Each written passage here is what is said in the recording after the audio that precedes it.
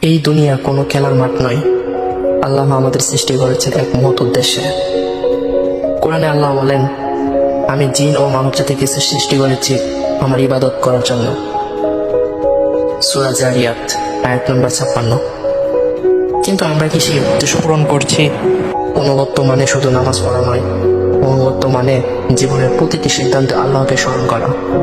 নামাজ, রোজা, হালাল, জিকির, পরিশুদ্ধ আচরণ, এসবই আল্লাহর প্রতি অনুগত্য। প্রিয় নবী সাল্লাল্লাহু আলাইহি ওয়াসাল্লাম বলেছেন, তুমি যেখানে থাকো আল্লাহকে ভয় করো। তিরমিজি। বান্দা যদি সত্যি আল্লাহর পথে ফিরে আসে, তাহলে আল্লাহ বলেন, আমার রহমত হতাশার চেয়েও বড়। সূরা জুমা আয়াত 53। এই জীবন ক্ষণিকের। চলুন আজ থেকে শুরু করে আল্লাহর পথে ফিরে আসা, কারণ প্রকৃত শান্তি, সফলতা আল্লাহ